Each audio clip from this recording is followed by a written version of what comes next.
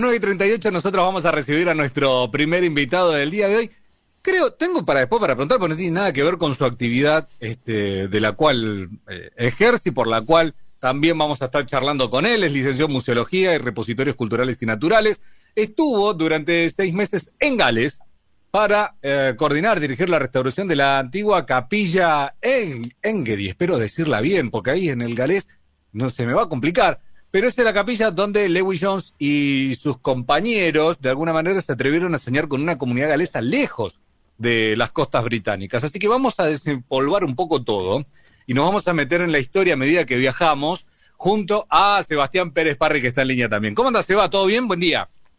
Hola, ¿qué tal? Buen día, ¿todo bien? Bueno, ahora un poco más tranquilo, me imagino, ¿no? Después de tamaño viaje. Sí, de a poquito como entrando de nuevo a la realidad argentina, con algunos golpes, ¿no? Con la crisis que estamos viviendo, sobre todo en el sector de donde trabajo, en CONICET y la Okay. cultura. Así que tratando de, bueno, traje un poco de pilas cargadas de Gales, muchos contactos, y ahora viendo cómo continuar con el proyecto desde acá, y bueno, con el actual contexto que lamentablemente no es muy favorable para este tipo de proyectos, pero esperamos que podamos seguir adelante, ¿no? con estas iniciativas. Sebastián, está buenísimo esto porque también uno tiene la sensación de que cuando se habla de la ciencia en Argentina o se habla de distintas aristas de la ciencia en nuestro país, uno dice, bueno, estamos muy alejados, no podemos estar en las primeras planas. Sin embargo, cuando ocurren estas situaciones que nosotros nos enteramos a través de ya sea del área de prensa o también del boca en boca, redes y demás, uno se sorprende porque dice, che, ¿cómo llegaste vos, Sebastián, a estar en Gales 6 meses en llevar adelante, digamos, la restauración de una antigua capilla? ¿Cómo ocurre esto, digamos? ¿Tiene que ver también por alguna línea de la familia o no? No sé. Empiezan a surgir muchas preguntas que también ponen en valor el laburo de ustedes. ¿Cómo surgió esto? Sí, tal cual. Tiene como muchos aspectos, para no hacerlo muy largo, pero yo trabajo en museos desde muy chiquito. 12, 13 años ya estaba trabajando como voluntario en el Museo Feruglia de Trelew. Ok. Así que mi profesión lleva ya unos cuantos años, tengo 40 años y más de 25, 30 dentro de los museos. Sos un manija Y de la vieja escuela, digamos. sí. Y bueno, estando en el Museo Feruglio, conocí la profesión, la museología, después pude estudiar, gracias a la universidad pública, pude estudiar en La Rioja, eh, trabajé durante 8 años en La Rioja con proyectos relacionados a la paleontología, Ujú. y de muy chiquito en el museo escuchaba, ¿no?, a los investigadores hablar del CONICET. Esto fue en la época del menemismo, donde Cavallo nos mandaba a lavar los platos, y sufrimos un recorte muy similar al de ahora. Creo que ahora es peor, y el estrato es peor además, pero ya de muy chico tenía la idea fija de entrar a CONICET, a como diera lugar. No es sencillo, requiere de mucho estudio, de mucha preparación. En mi caso yo tengo 3 títulos universitarios y bueno, una carrera que se arma a lo largo de toda la vida. Ahora, Mm, en esta relación con los museos, porque digo, también son carreras o títulos o vocaciones, profesiones que llaman la atención. Digo, uno no se encuentra museólogos en la cola del supermercado todos los días, digamos, ¿no? Es bastante particular también. sí. Y lamentablemente responde precisamente a esto, ¿no? A la falta de salida laboral de estas profesiones. Prácticamente no hay ningún museólogo en Patagonia, poco y nada, me atrevería a decir, que Ujú. cuenten con museólogos trabajando. Eh, por esa razón también me especialicé en bibliotecología y archivística, como para ampliar también el rango de posibilidades laborales. Pero si uno va a cualquier museo provincial, municipal, nacional, los recortes que viven sufriendo son atroces, la falta de personal y cómo siempre se caen en manos de un grupo de voluntarios, aficionados, que le dedican tiempo de su vida gratuitamente a trabajar a través de asociaciones. Y bueno, está buenísimo que suceda porque la comunidad está muy vinculada al patrimonio histórico, pero es una pena que no cuenten con un mayor presupuesto para el desarrollo de estas colecciones de manera profesional. Tenemos obviamente un caso, el Museo Ferulio, que es una fundación con gran aporte de privados, pero la mayoría de los museos regionales no tienen esa misma suerte, entonces, bueno, por esa razón creo que hay pocos museos. Si uno empieza a charlar con otras personas, todo el mundo alguna vez ha soñado con ser o arqueólogo, o paleontólogo, o profesiones relacionadas, y después dice, no, mejor dedico a algo que me dé de comer, porque si no... Claro. Todos queremos ser Indiana Jones hasta que vemos que no hay un mango ahí, ¿no? Sí, tal cual. Che, Seba, contar a través de la palabra lo puedo hacer yo, lo puede hacer Pablo, pero contar a través de los objetos creo yo que tiene otro condimento, ¿no? ¿Cuándo decidiste? Yo quiero contar a través de los objetos, historias. Tal cual. Como comentaba, mi primer vínculo fuerte con la ciencia museística fue a través de la paleontología. Entonces ya como una vez que salió Jurassic Park, todos quedamos fascinados con los dinosaurios.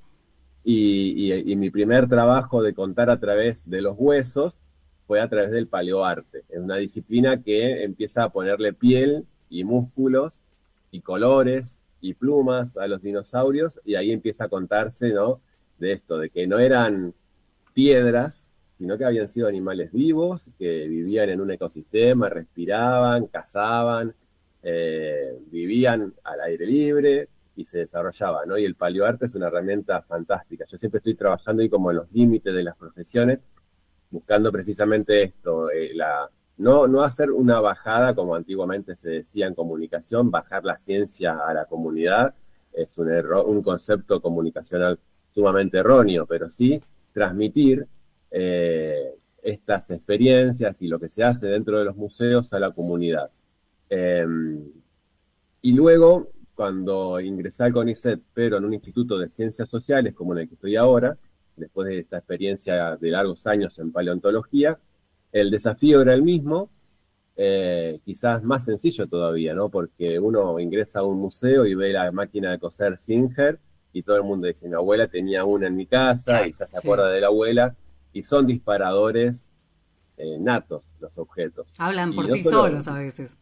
Sí, vos ponés la Singer ahí y habla sola. Totalmente. Y no solo los objetos, sino que hoy en día la museología trabaja con otros conceptos, por ejemplo, los olores, los sonidos.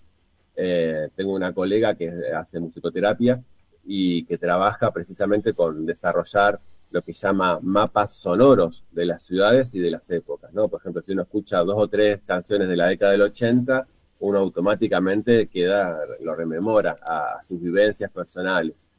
Y bueno, es una profesión fantástica. Y bueno, llego a Gales un poco con mi herencia familiar. Yo soy de apellido Parry. Mis tatarabuelos vinieron en el Mimosa y siempre estuve vinculado a la comunidad galesa. Hasta que en un momento como que pude juntar todo en un único viaje, en una experiencia de restauración y de desarrollo de la profesión, ¿no? Y Sebastián, ¿cómo se da esta ida a Gales para justamente esta restauración de esta capilla? ¿Te llaman de allá, vos hacés la propuesta? ¿Cómo se dio todo? Bien, el contexto de crisis, automáticamente en CONICET, cuando pasan estas cosas, es como que todos los investigadores ya tienen una valijita armada, bueno, es la primera vez que sucede. Y un poco fue eso. Yo cuando vi que Milei iba a ganar las elecciones, yo ya tenía sacado el pasaje. Y la idea era ir primeramente como vacaciones, un viaje de conocer, ¿no? Hacer unas vacaciones de un mes. Por eso tenía sacado pasajes con mi esposa para recorrer. Cuando vi lo que se venía, dije, bueno, vamos a echar un vistazo. Lamentablemente en Argentina todos estamos ahora atrás de las ciudadanías españolas, todos tenemos algún antecedente, algún antepasado italiano, y lo estamos viendo mucho ahora. Y en mi caso dije, bueno, voy a ver qué puedo hacer en Gales de manera profesional, ¿no? Convertir las vacaciones en una experiencia profesional y de contactos. No había sido esa mi primera idea, se me ocurrió después del contexto de crisis, porque no es sencillo desde Argentina trabajar con otros países, si bien CONICET nos motiva continuamente a hacer congresos, a aprender inglés. No es sencillo generar los contactos, ¿no? El primer mundo está muy cerrado a la participación de países como el nuestro y no era sencillo. Entonces me llevó más de 8 meses la preparación del contacto y no les miento, más de 100 mails enviados a distintas instituciones ofreciéndome. CONICET tiene unas pasantías de estadías en centros de alta complejidad que me permitían a mí viajar y seguir cobrando el sueldo allá con el objetivo de capacitarme. Pero del otro lado, sin conocerme, no era una tarea sencilla.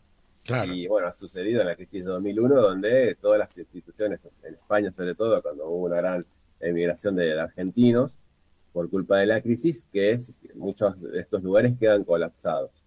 Y si bien, bueno, nosotros estamos muy mal a nivel cultural en el país, en materia de financiamiento, es verdad que en el primer mundo no tienen la misma realidad que nosotros, pero obviamente hay que ponerse en el lugar de ellos. ¿Para qué contrataríamos a un argentino para hacer un trabajo que tenemos profesionales mucho mejor capacitados? Porque es la realidad, no tenemos aquí el acceso a posgrados como hay en el primer mundo, o a doctorados. No hay doctorados en Argentina en museología, por ejemplo. Pero bueno, poco a poco, buscando, no sé si fue el algoritmo de Facebook, que me tira como un videíto en el Facebook sobre la capilla en Guedi. Yo algo había escuchado en algunas crónicas de la colonia de que era una capilla donde se habían reunido los colonos galeses, y de ahí surgió, alguien levantó la mano y dijo, ¿por qué no vamos a Patagonia?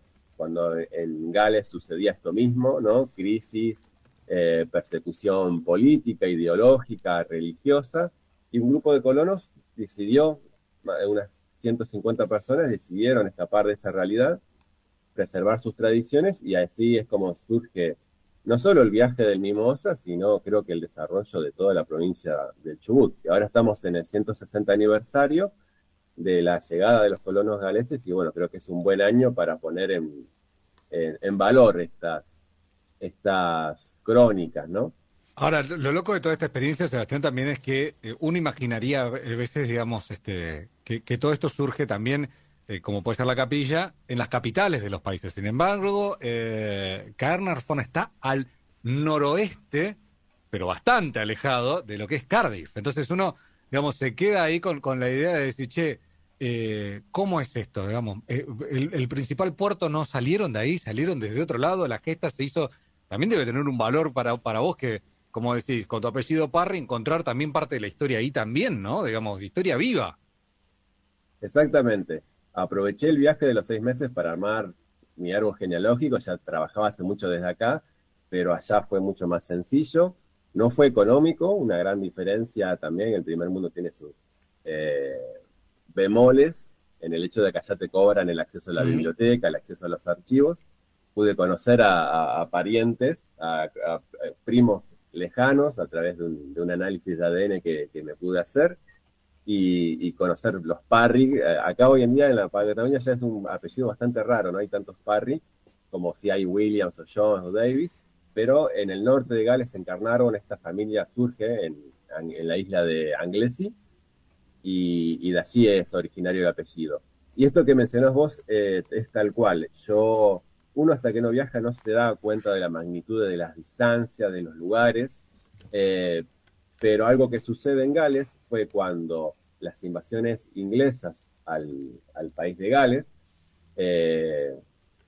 destaco el término Gales, de Wales, que es un término que ponen los ingleses a los galeses, y el término, hoy en día Gales no se quiere llamar Gales, porque Gales deriva de la palabra que se llama extranjero, ¿no? Los ingleses le llamaban extranjeros a ellos en su propio país. De ahí empecé a conocer mucho de esto de la toponimia de los lugares, los nombres. El verdadero país es Cymru, el nombre del país es Cymru, y hoy en día Gales forma parte de lo que es el Reino Unido, ¿no? La unión de 4 países, Gales, Escocia, Irlanda del Norte e Inglaterra, pero no países unidos a conformidad de todos, con muchas desigualdades económicas entre los países, y Cardiff, como bien mencionás, es la capital de Gales, al sur, pero está muy cerca de Inglaterra, y ahí no se habla tanto galés, ¿no? Por la cercanía con Inglaterra. En cambio, Carnarvon es un pueblo muy pequeñito, unos 10.000 habitantes, viene en el norte, en la punta, y esto se dio lo mismo en Irlanda, sucedió igual. Los lugares más periféricos, alejados de Londres, lograron preservar mejor su idioma y su cultura, ¿no? Yo tuve la gran suerte de trabajar en esta ciudad donde todo el mundo hablaba galés, y en otras partes de Gales no sucede, ¿no? En otras partes ya el idioma inglés es el idioma oficial y el que habla todo el mundo. Pero bueno, creo que Carnarvon logró ser el semillero y precisamente de ese lugar surge la idea, y ellos usan el puerto de Liverpool para hacer el viaje, que está muy cerquita, ¿no? Muy cerquita de Carnarvon, ¿no? Solamente a 2 horas de viaje pude conocer el puerto de donde parte el Mimosa. Y bueno, y fue el viaje organizado con esta idea que comentaba, ¿no? De la de preservar la cultura y el idioma. Sebastián, la verdad que queríamos conocer un poco más de tu experiencia. También está buenísimo esto, la propia experiencia como profesional de la investigación, como científico integrante del CONICET y la situación y la actualidad como la vive cada uno de ustedes también ahí dentro. Tengo una sola pregunta que corté del pie para quizás en otra charla que tengamos. ¿Puede ser que te haya visto tocando música a la flauta traversa? Sí, tal cual, sí. Lo dejo ahí como para decir, otro día hablaremos con el Seba músico entonces, porque sí, digo... sí. Es cierto, también es algo que me atraviesa mucho como descendiente de galeses, y la experiencia en Gales fue también, desde lo personal, yo terminaba mi jornada de trabajo en la capilla y me iba a los bares y llevaba mis instrumentos y tocaba con los músicos del lugar. Y bueno, fue una experiencia fantástica, ¿no? Surgieron. Así que bueno, en otro momento tengo mucho para contar. Esa la dejaremos fuera de aire porque esa me parece que son las anécdotas más ricas que no se pueden contar tampoco. Yo le quería preguntar eso también. ¿Cómo suena la capilla esa? Porque me imagino que los galeses tienen como sus raíces muy marcadas por la música, por los cultos de canto, y yo también quería como la infraestructura de esa capilla, ¿cómo será, no? ¿Será muy parecida a la que tenemos acá o...? Me llamaba la atención eso. No, las capillas galesas en Gales son muchísimo más grandes, lo cual también implica un desafío para las comunidades sostenerlas. Esta capilla en la que fui, precisamente el trabajo era de restauración porque llevaba 20 años abandonada.